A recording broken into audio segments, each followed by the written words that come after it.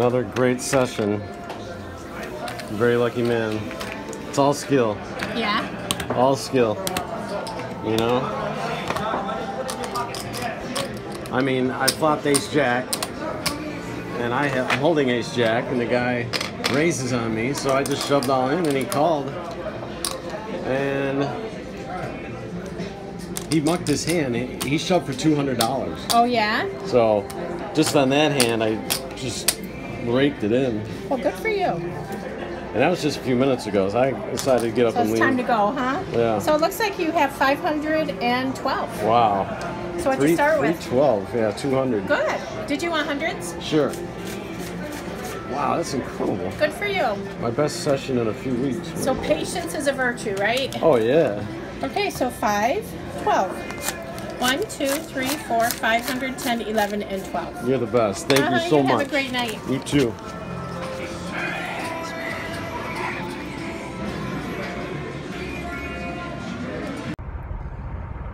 Well, I hope you enjoyed the video of me cashing in my $312 or was it $318 win tonight.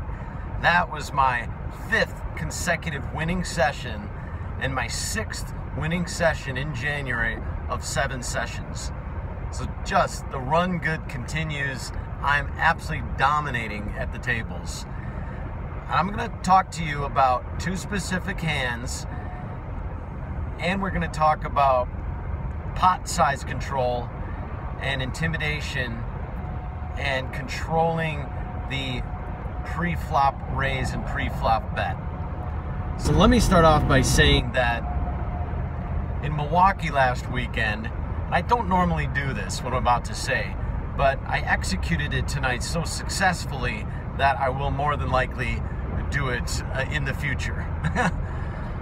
So this gentleman in Milwaukee, anytime he ever entered a pot, and that's a 1-3 table up there, tonight I played in 1-2, but anytime he entered a pot, he entered with $17. So any time that he entered a pot, it was just $17, and typically the people are flat calling in front of him $2 or $3 or $5. I did that tonight.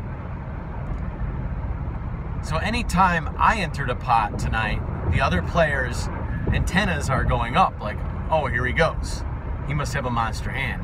And I did numerous times tonight. I had pocket kings twice, and I had pocket queens, and I'm going to talk about that hand, pocket queens. But my point of saying this is, if you enter pots by limping in or betting just a small amount or 1 or 2 times a big blind, you better expect a lot of people to call you. And if they do call you, a lot of people are going to get lucky flops. You want to be controlling the action.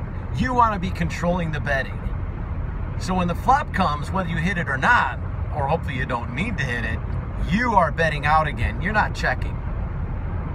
I executed that tonight so flawlessly. And I actually, caught a couple players just kind of stunned. They didn't even know what to do because they're calling the 17. They're hoping for something great.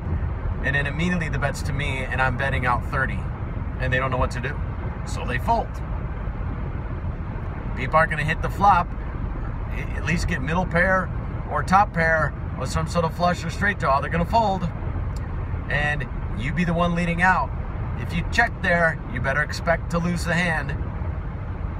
So let me talk about the 2 hands that were the majority of my $300 win tonight. Woke up with pocket queens in the big blind. I bet out the 17. Now because I had bet out so many times 17, I got 4 other callers. In fact, the 4th person that called went all up, raised it up to $35. No, he went all in, but he only had like 70 behind. And then the action came to me, and I had like 250, 300 behind. So I just went all in to isolate and get out the other players. Well, one other player called, so this pot just grew and grew. And it came around to that guy, the original guy who bet the 30, and he called, and he was already all in. The flop came king, and then a bunch of numbered cards, like 7, 8, 4, deuce. and I had already turned over my queens. He mucked. The other guy he had folded. He had said, oh, I would have hit trip eights on the river, so he had folded. But anyways, it was a $200 pot. $150 to $200 pot. Just dominated. The other hand I woke up with ace jack, off suit. I controlled the action. I raised it up to $17. The guy re-raised just like 30. I called, and then the flop was ace jack 4, and I just jammed all in, and he called for 200. So I mean, just dominating. The run good is continuing. It's incredible. The other huge part I want to emphasize in this video is the most important thing I want you to learn from this video, or take from this video. Before I got on the poker tournament tonight, I had won a couple in the poker table tonight. I had already won a couple hands, $200 playing roulette, waiting for a table. And I've already been up for the last 10 days. So in other words, I've got this bankroll, I've got this cash. And because I do, I'm more fearless at the table. Because I do, I'm being more aggressive when I see there's opportunity to take out a fish. Far more aggressive than I normally would be if I didn't have this bankroll. This bankroll is giving me more courage, more confidence, and more fearlessness to take out any player that's sitting there with $100, $150. You know what? If I catch them fishing, I'm gonna put them all in. If I have middle pair, top pair up there, or pre-flop, if I know they're limping based upon their body language, I'm watching people's body language constantly. It's the only thing I'm doing at the table is watching everything people are doing, and it is paying off huge. There's this run good I'm having is not by accident, not whatsoever. I am just on fire, and everything is clicking. This bankroll is giving me all this courage and confidence to get in there and just crush it. Now, don't get me wrong, I'm not playing loose. I am playing tight. I am waiting for pairs. I'm waiting for ace king, king queen. Tonight I had a pair of fives. I won big pot with it. You know, just continuation betting. People are gonna think you have an ace. You know, ace appears on the board and you continue to raise and they don't have an ace, they fold. And you show them your pocket fives, or just muck your pocket fives. I made it a point tonight to not show my winning hands. You know what? Why give them any information? If you bluff and you win a hand, don't show them your bluff. Just keep your cards. Don't give your opponents, your villains, too much information. It may come back to bite you. One guy bluffed me tonight. About an hour later, I bluffed him right back and took him right out of a pot with an ace on that board. Well, I didn't have an ace. I had a 6. I had a pair of 6s. He had an ace, but he had a weak ace. And when I made it $40 on the river, he folded because he thought his weak ace wasn't good enough. And then I showed him my hand, just to show him that what you do to me earlier, sir, I'm gonna do to you later on.